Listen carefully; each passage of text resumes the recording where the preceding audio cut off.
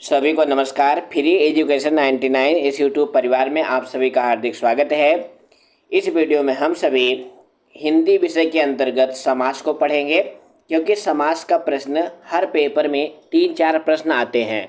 तो प्लीज़ बच्चों, अगर आप नए हैं तो हमारे चैनल को सब्सक्राइब करो और वीडियो पसंद आए तो इसे लाइक करो।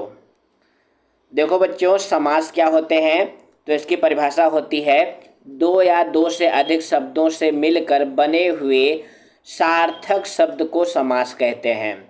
यानी समास में क्या होता है, दो या दो से अधिक शब्द मिलकर के एक नया सार्थक शब्द बनाते हैं।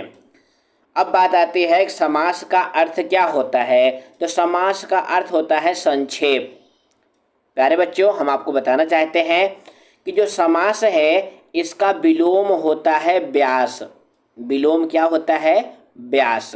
व्यास मतलब होता है विस्तार से कहना, और समास का मतलब होता है संक्षेप में कहना। अब बात आती है कि समास में क्या क्या होता है। तो समास में दो पद होते हैं।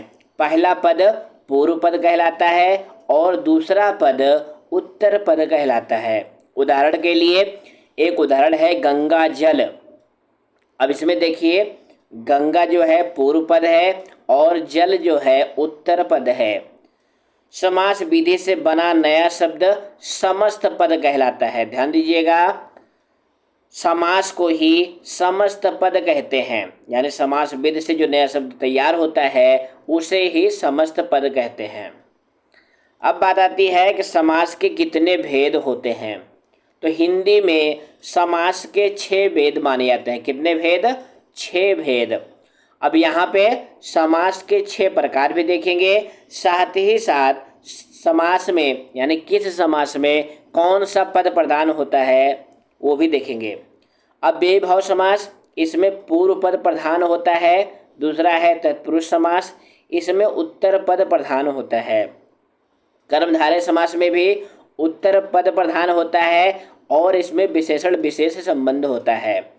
द्विगु समास, इसमें भी उत्तर पद प्रधान होता है, लेकिन इसकी पहचान क्या है कि इसमें प्रथम पद जो है संख्यावाची होता है। ये सब हम आगे वीडियो में देखेंगे। इसके बाद पांचवा समास है द्वंद्व समास। इसमें उभय पद यानी दोनों पद प्रधान होते हैं। छठा है बहुव्रीहि समास। बहुव्रीहि समास में ना तो उत्तर पद प्रधान होता है ना ही पूर्व पद, इसमें अन्य पद प्रधान होता है। यानी जो बहुव्रीहि समास के उदाहरण होते हैं वो विशेषण होते हैं किसी अन्य पद के। अब सीधा टॉपिक पे आते हैं। आपका पहला समास है अव्ययी भाव। तो जैसा कि नाम से ही पता चल रहा है अव्ययी भाव, यानी जो अव्यय नहीं है वो अव्यय बन जाए उसी को अव्ययी भाव कहते हैं।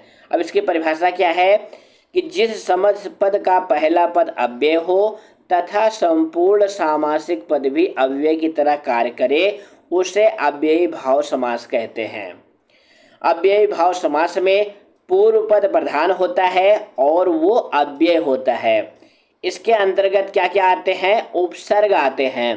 प्यारे बच्चों, आप जानते हैं जो हिंदी भाषा है उसमें संस्कृत के भी उपसर्ग होते हैं, अरबी और फारसी के भी उपसर्ग होते हैं। तो अब हम उदाहरण के द्वारा देखेंगे। पहला उदाहरण है यथाशक्ति। अब इसका क्या विग्रह होगा? शक्ति के अनुसार। प्रतिदिन, प्रत्येक दिन, भर पेट, पेट भर कर। अब यहाँ भर पेट में ध्यान दीजिएगा, उपसर्ग क्या है? भर उपसर्ग है। अब ये भर उपसर्ग हिंदी का उपसर्ग है, संस्कृत में भर उपसर्ग नहीं है, ये हिंदी का उपसर्ग है।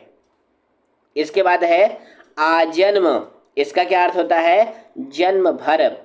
समस्त पद में एक ही पद होता है यानी एक ही शब्द होता है। समास विग्रह में उसके अर्थ के अनुसार विग्रह किया जाता है, इसलिए आजन्म का अर्थ होता है जन्म भर। अगला उदाहरण है हाथों हाथ। अब इसका क्या अर्थ होता है? हाथ ही हाथ में। अब यहाँ पे ध्यान दो बच्चों, क्योंकि द्वंद्व समास में एक कुछ ट्रिक होती है ना कि बीच में डैश लगा होता है तो वहाँ पे द्वंद्व समास है। अब यहाँ भी देखिए हाथों हाथ में भी डैश लगा हुआ है, लेकिन यहाँ पे अव्ययी भाव समास है। तो इसका सही तरीका क्या है? तो देखो बच्चों, जब बीच में डैश लगा हो और दोनों साइड में एक ही शब्द लिखा हो तब वहां पर अव्ययी भाव समास होगा। ध्यान दीजिएगा हमारी बात पे। जब डैश लगा हो, दोनों साइड में एक ही शब्द हो, तो वहां पे अव्ययी भाव समास होता है। और जब विलोम अर्थ वाले यानी विपरीत अर्थ वाले शब्द होते हैं तब वहां पे द्वंद्व समास होता है। जैसे माता पिता, अब माता और पिता यहाँ डैश लगा के लिखा गया है ना, दोनों विलोम पद भी हैं, इसलिए यहाँ पे द्वंद्व समास है। समझ गए? बहुत बढ़िया। अब इसके बाद अगला उदाहरण है अनुरूप। अब अनुरूप का विग्रह पद क्या होगा? रूप के योग्य। और उदाहरण है, क्योंकि हमारा मानना ये है कि हम ढेर सारे उदाहरण की प्रैक्टिस करवा दें जिससे आप पेपर में गलत ना करें। अगला उदाहरण है प्रतिवर्ष। इसका विग्रह होगा हर वर्ष या प्रत्येक वर्ष। आमरण मरने तक, आजीवन जीवन भर, बेमन। अब बेमन इसका अर्थ क्या होगा यानी विग्रह क्या होगा? बिना मन के। जैसे कहते हैं ना, बेमन काम मत करिए, यानी बिना मन के काम मत करिए। अब यहाँ पे ध्यान दो बच्चों, बेमन में जो उपसर्ग है, ध्यान दीजिएगा नहीं तो गलत हो जाएगा। उपसर्ग है यहाँ पे क्या? वे। अब ये बे कैसा उपसर्ग है? ये अरबी और फारसी का उपसर्ग है, लेकिन हिंदी में प्रयोग किया जाता है। तो बेमन का विग्रह होगा बिना मन के। उसके बाद अगला है यथाशक्ति यानी शक्ति के अनुसार, यथा रूप रूप के अनुसार, यथा मति मति के अनुसार। इससे आपको क्या पता चला? जो यथा अर्थ होता है ना, उसका क्या अर्थ होता है? अनुसार। जैसे यथा भक्ति भक्ति के अनुसार, यथा विधि विधि के अनुसार, यथा सामर्थ्य सामर्थ्य के अनुसार। आ समुद्र, अब इसका विग्रह होगा समुद्र तक। यथा अवसर अवसर के अनुसार, यथा समय समय के अनुसार। बेराह, अब यहाँ भी देखो बे उपसर्ग है ना अरबी फारसी वाला, तो बेराह इसका अर्थ क्या होगा? बिना राह के। बेहिचक बिना हिचक के। कहते नहीं है कि बेहिचक काम करिए, मैं तो खड़ा हूं यहीं पे। बेशक बिना शक के यानी शक किए बिना, बेशक। बातों बात बात ही बात में, हाथों हाथ हाथ ही हाथ में। बीचों बीच यानी बीच बीच में। घर घर यानी एक घर से दूसरे घर। जैसे कहते नहीं है घर घर चुनाव आ गया है, घर घर जाके वोट मांगिए, तो यहाँ घर घर में अव्ययी भाव समास है। इसके बाद और उदाहरण है सा परिवार। इसका विग्रह पद होगा परिवार के साथ। बदौलत यानी दौलत के साथ। कहते नहीं है उनकी बदौलत मेरा ये काम हो गया।